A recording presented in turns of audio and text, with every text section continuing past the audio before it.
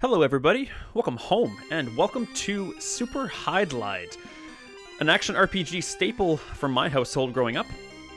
This game's plot is basically hero is chosen to save the world. I will let the details of the backstory run during this intro. Super Hydlide is the third game in the Hydlide series. I've never played the first two, and after doing some research, I'm kind of glad I never did. Hydlide 1 is very poorly reviewed for a game on the NES, and Hydlide 2 never actually was released in North America in any form, so I never touched that one. But for a little context, I did watch a playthrough of Hydlide 1, and by watch, I mean I watched the first few minutes of it and skipped ahead until something interesting actually happened, which translates to my watch time being approximately 4 minutes. Here is my very succinct review of Hydlide 1. Just don't. The first thing that caught my ears and eyes was the soundtrack. This is a game where, to put it in another context, imagine yourself in the episode of The Simpsons where Marge buys the new doorbell. If you've seen that, you know what I'm talking about. Hydlide 1 has a 15-second tune on loop for the entire game. The entire game. And it is a bad musical loop. The video I watched of the playthrough was 50 minutes long. The first 30 minutes of this game was the player grinding in the starting area. Then there was about 2 minutes of progression and advancement through the game, and then more grinding. The player then goes on to fight 2 bosses, and the game ends. Granted, this was probably a knowledgeable playthrough, so not a lot of exploring was done.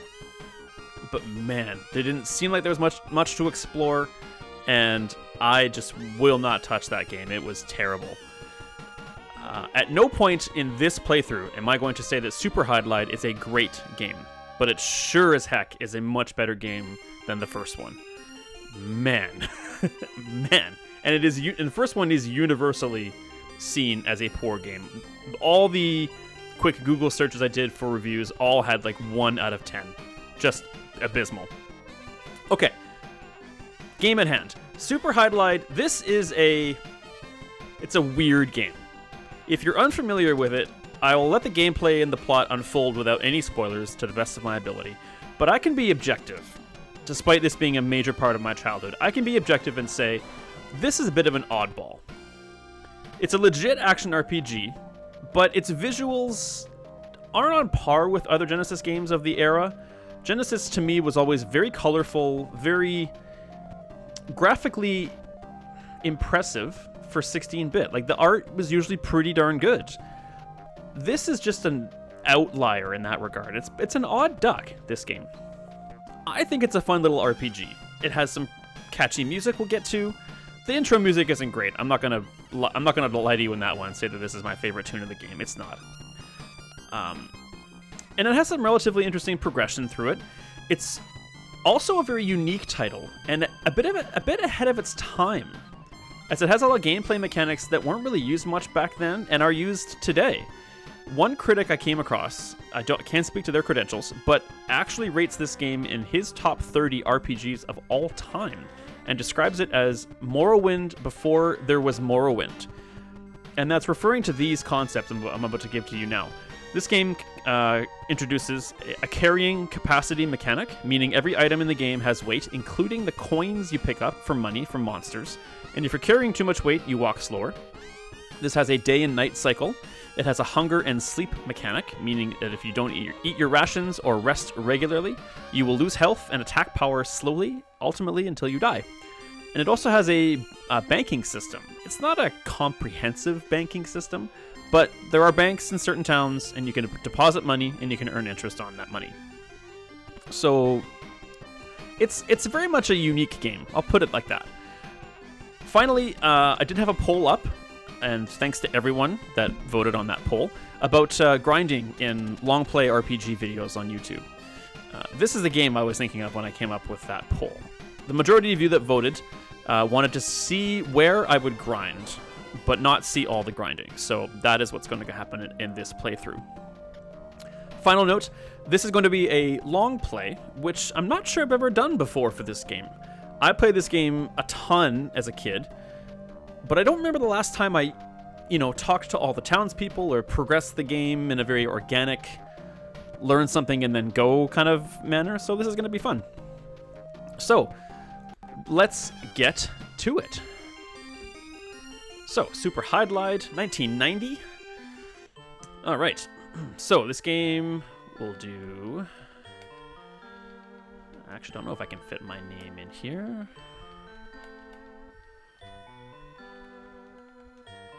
I think it might just be Schmidt. Oh, I got it. How about that? So there are 4 classes, and I usually played the monk growing up. The monk's advantages over the warrior and thief are that they can learn all the magic spells. There are 12 magic spells in this game.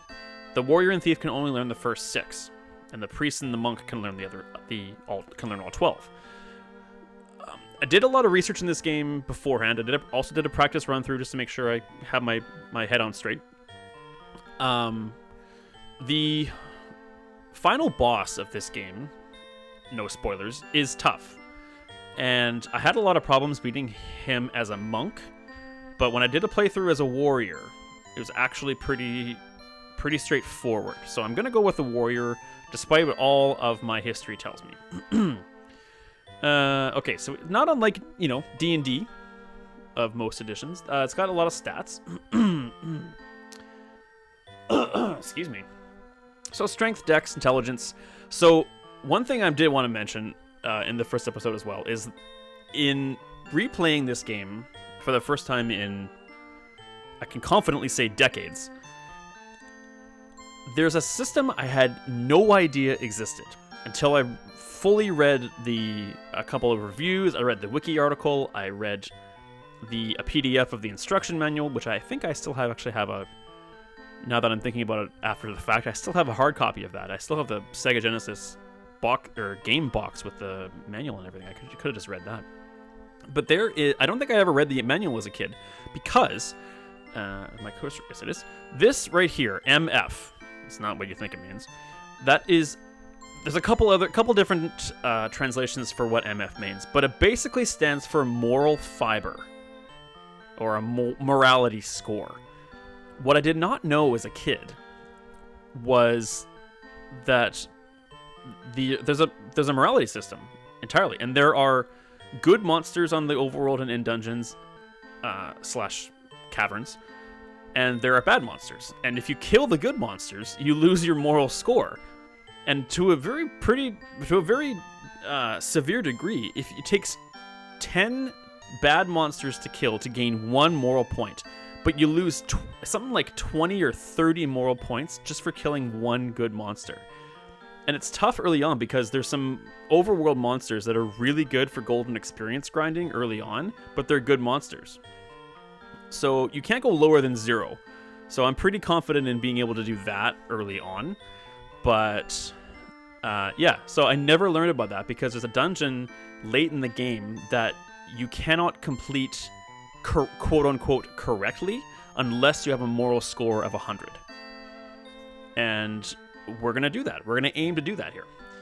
So is this okay? No. We're going to see if we can get good strength and good life. Strength 12, life 22. No. Sure, that's pretty good. All right, so here we go. Let me just get up I got a checklist of things I want to make sure I cover. All right. All right.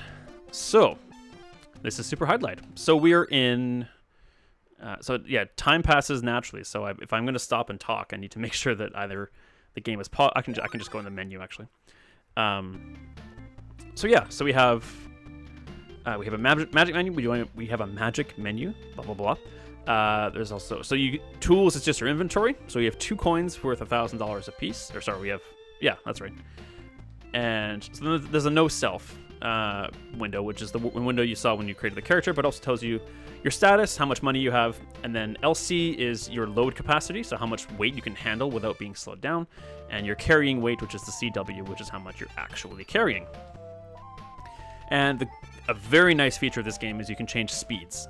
Time will pass faster if you put it on the faster modes, but you can walk faster, because if you are over encumbered, the weight you're carrying, you don't have to necessarily trudge through at regular speed to get where you want to go. You can actually crank up the speed to the fastest, and everyone else in the town will move crazy fast, and time will pass really, really quickly, but you'll move at basically will be the equivalent of normal speed. Anyway, so that's the menu there. So yeah, let's have a chat with some people here. So we're in the city of the woods. Atop the Tower of Habel awaits a giant monster. All right. This is the city of the forest. Sorry, I said woods. I think it's woods when you... Anyway, come back alive. All right. So many citizens will just give you this, kind of like a startled look. I cannot say with 100% certainty that people say different things to you based on your moral score, but I do know I did find out through a playthrough and some research that those people, some people that have this reaction to you will actually start telling you different things as the plot progresses. So it's important, if you get lost or stuck, it's important to go back and talk to everyone that you have before, because they may tell you something different and useful. The protective gear created by the fairies is said to be invulnerable. So yeah, fairy gear is the best gear in this game. Fairies are quite legendary in this land. So there is the inn. So there's some old people here. The sight of fairies has become rare these days. Whoop. All right.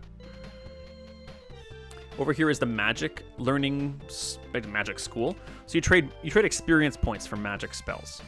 We only get 6, but we do get definitely the most important one, which is basically a transport to a town spell, which we will get eventually.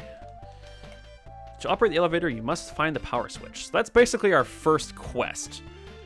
You must remember to rest and sleep at night. So our first quest, as the guy said down below, is the Tower of Habel, which is north of the city of the forest. And that's basically where we're going to go first. I believe most of these guys don't say a whole lot. Nope. And then you don't say, do not break the seal. All right. What if I tried? So this is basically your home city, because it's got an inn, it's got a magic school, there's a bank we can't use right away, but we'll use eventually. It's got a general store, and it also has the church, or the whatever you want to call it. If you undergo enough experience, you can increase your power level at the sacred temple, probably pretty much a church. So you walk in there, and you can trade in your experience points to gain a level. So people that do know this game know of a secret that I'm not going to... I once saw a city high amongst the clouds, but nobody would believe me. There's a secret right here, and a glitch you can... Or I guess it can't be a glitch, because they must have programmed it in. But there's a trick here. You can come here, you can use money, and then you search the ground, you get lucky, and you simply gain 30 experience points. I guess it just translates to throwing money in the pond for, make a wish or whatever. But you can do this at infinitum. Is that even a word? I think I've used that once before. You can do that as often as you like. The experience reward never goes up or down, but you can just stay in town. Time won't pass, and you can just gain experience out the yin yang, and stop when you're content. We're not going to do that. It is wise to buy medicine before you go. Out of the way.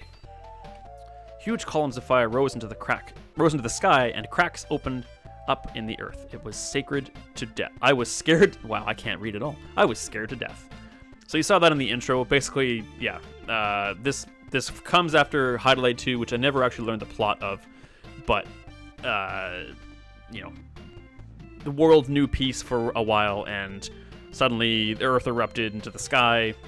There's now a giant crack in the earth west of this city, and now monsters run wild. So we are tasked with discovering what has happened.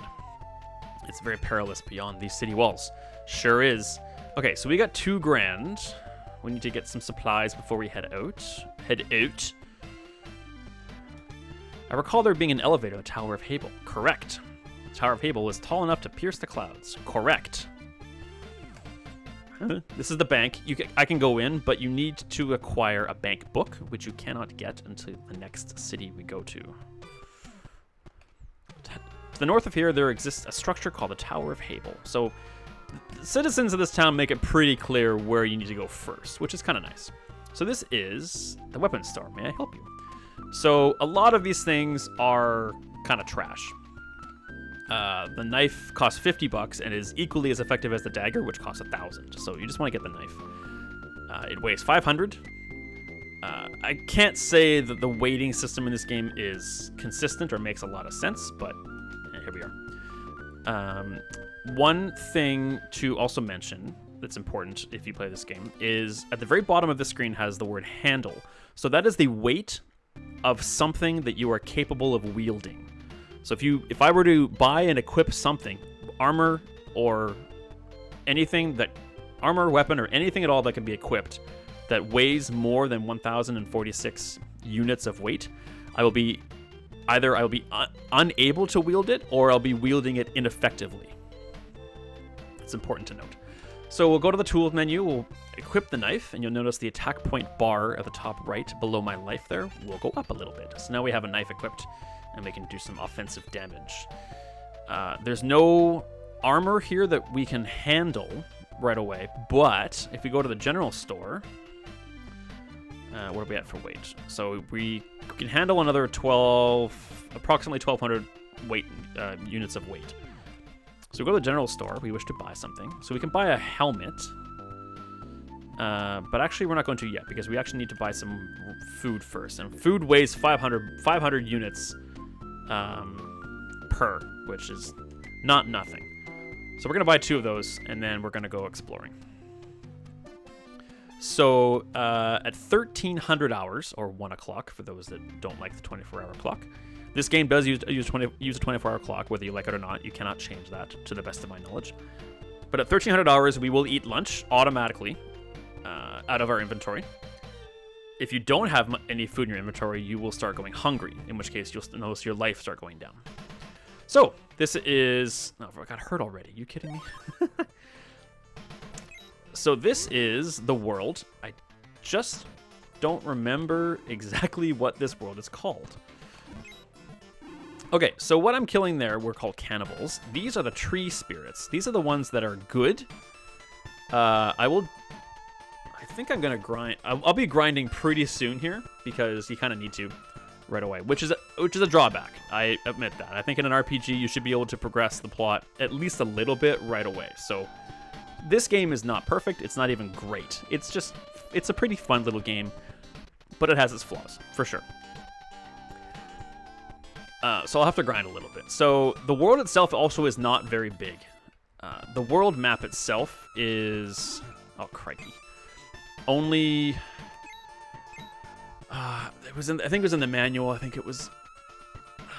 I think it's like 9... Not even 9 by 9. I should look this up. Sorry. It's not big. It's basically a square, but the number of tiles... you can explore like vertically is in the single digits. I think it's like a 6x6 world or something like that. It's not big. So there's not a lot of depth and content to this game. And it's not a very long game if you know what you're doing. But like most games of the era, you had to explore and solve puzzles and figure out what to do. So that's kind of how they elongated the experience with the game, was doing that. So the first thing we need to do though, besides not dying, So as you gain money, so now you can see we started moving much slower. As you gain money, we're now carrying too much weight by 10 pounds, or 10 units. So what I'm going to do first is actually I'm just going to eat one of the food rations. That should tide me over when the 1,300 hours ticks past. So not every screen has anything going on. I'm going to get into combat a little bit probably next video. This is going to be not too much longer, I don't think. So, and I did it again. Okay, so cannibals can also drop clubs, which are a little bit better attack-wise. So I think I'll just throw away this knife. And did I throw it away? I did. I'm just carrying... Am I carrying more than one club? Nope. But it weighs more. Alright, well, so this is how fast you walk when you're over encumbered. So I'm gonna change this to fast just for a quick second because what we can get our hands on something that'll help us with this. So yes, I will explain combat probably next video. Slimes aren't good. No, they're not. Okay, good. So over here is the first item we need to get, and this is called. Please don't hurt me. Oh, you jerk. Treasure chest. So you can open up by hand, or once you have the spell, you can open up. There's many of the treasure chests in this game are booby trapped, so you need to make sure you open it by magic. You get the money changer, which you can just use whenever you want, and it redistributes your coins in a more efficient fashion. Unfortunately, we're still over encumbered again, so didn't think this through entirely. Don't stop hurting me. How much experience do we have, though? Not a lot. So we might need to... What are we over by? We might need to get rid of the other ration of food, if I'm honest with you.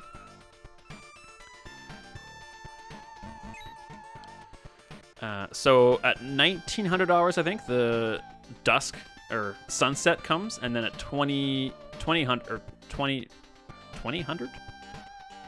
hours, I guess that's right. 20 o'clock, the world goes dark. And then I think at 2,300 hours, you start getting tired. And then that's when your attack goes down. And we're pushing 20 minutes here, not bad for an intro video. Oh boy. And I need to be able to go up a level. So I'll show you how the moral thing works. So we're at 56, you can see there. Fourth down on the right. So I'm going to kill this tree spirit. Yeah, we lost 40 moral points for killing a tree spirit, but they hardly ever harm you, and they're worth at least 100 gold and a bunch of experience points each. So they're really. Oh, I was wrong. It's $1,800 for dusk. Get back here. See, so they fight back, but they don't attack you if you don't attack them first.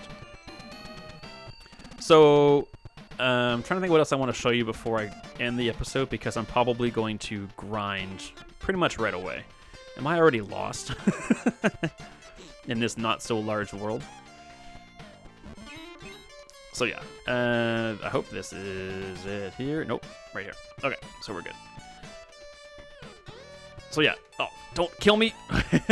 So despite being worth less, that explains to me after all these years why cannibals are worth considerably less gold and experience, because they're actually evil.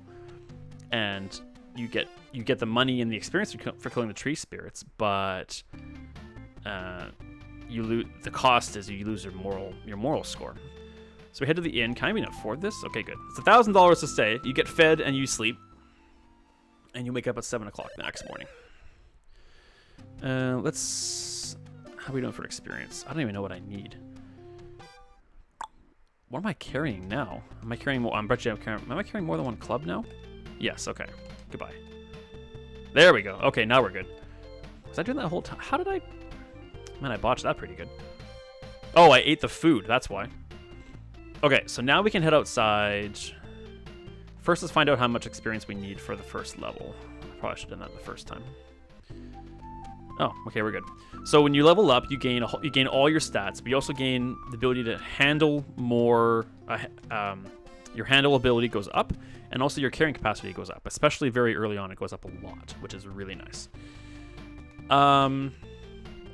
Let's see here. So there's not a lot else to show you right away. I'll probably just grind, I think. What do you have to say? Not much. I think I'll probably just grind for a while and then come back and then show you some combat. We'll probably just head to either the next city or the Tower of Habel.